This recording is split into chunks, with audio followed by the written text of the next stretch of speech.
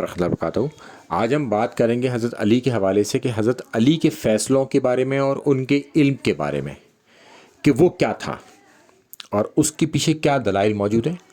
میں ایک ایک سلائیڈ دکھاؤں گا آپ کو اور اس کے بعد اس اصلی کتاب کا JPG بھی دکھاؤں گا، اور ہم جواب دیں گے ان خوارج کا جنہوں نے ایک نیا حربہ استعمال کیا اور یہ بات کرنے کی کوشش کی کہ ان لوگوں کا فہم بہتر تھا حضرت علی کے فہم سے کہ جنہوں نے صفین کے دوران نیوٹرل رہنے کی حکمت اختیار کری۔ تو اس کا جواب میں پہلے بھی دے چکا ہوں الگ الگ طریقے سے، اور آج ہم ایک نئے طریقے سے اس کو جواب دیں گے۔ جو پرانے میرے جواب ہیں وہ سب میں لنک لگا دوں گا اس ڈسکرپشن باکس کے اندر، تو جس کو شوق ہو وہ سن لے۔ تو آج ہم سب سے پہلے بات کریں گے کہ صحابہ میں سب سے بڑا عالم کون تھا اور فیصلے کرنے میں سب سے بڑھ کر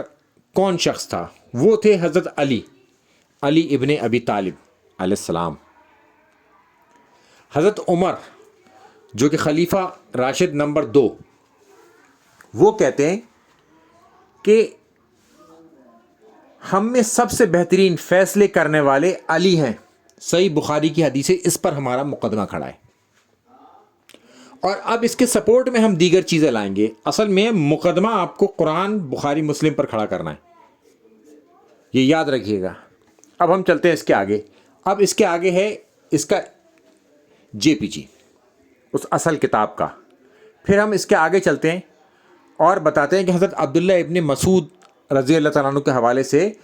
کہ اہل مدینہ میں سب سے بہتر فیصلے کرنے والے علی ہیں۔ حضرت عمر نے تو تمام لوگوں کے بارے میں کہہ دیا، حضرت عبداللہ ابن مسعود رضی اللہ تعالیٰ عنہ نے اہل مدینہ میں، یعنی کہ اہل مدینہ میں اس وقت مسلمان تھے، تو وہ ان کے بارے میں بتا رہے ہیں۔ اب ہم اس کا JPG آپ کو دکھاتے ہیں اور اس کے آگے پھر چلتے ہیں ہم کہ جب حضرت علی کو شہید کر دیا گیا تو حضرت حسن ابن علی نے خطبہ دیا اور کہا کہ تم لوگوں نے ایسے شخص کو کھو دیا ہے، اس وقت ایسا شخص تم سے جدا ہو گیا ہے جس سے نہ تو پچھلے والوں میں، یعنی کہ تم پہلے جو گزر گئے لوگ ان میں ان سے بڑھ کر کوئی عالم تھا، نہ آنے والوں میں کو ان کے مقابلے کا کوئی ہوگا۔ یہ مصنف ابن ابی شیبہ کی حدیث ہے۔ اب ہم اس کے آگے آپ کو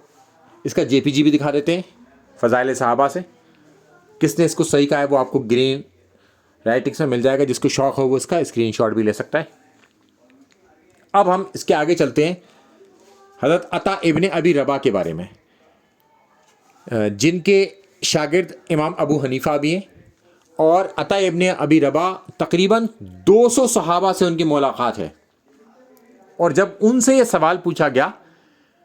کہ کیا صحابہ میں کوئی حضرت علی سے بڑھ کر عالم تھا، تو حضرت عطا ابن ابی رباح نے اللہ کی قسم کھائی، یعنی کہ اللہ کی قسم اٹھا دی کہ ان سے بڑھ کر عالم کوئی نہیں تھا۔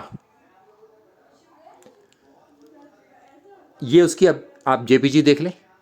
اب اس کے آگے چلتے ہیں کہ صحابہ کے دور میں یہ پوچھا گیا کہ صحابہ میں کوئی ایک بھی یہ نہیں کہتا تھا کہ مجھ سے پوچھو سوائے حضرت علی کے علاوہ، چونکہ حضرت علی کو چیزوں کے بارے میں علم تھا تو وہ خود اپنے آپ کو آگے بڑھ کر بتاتے تھے کہ مجھ سے پوچھو میں بتاؤں گا تمہیں۔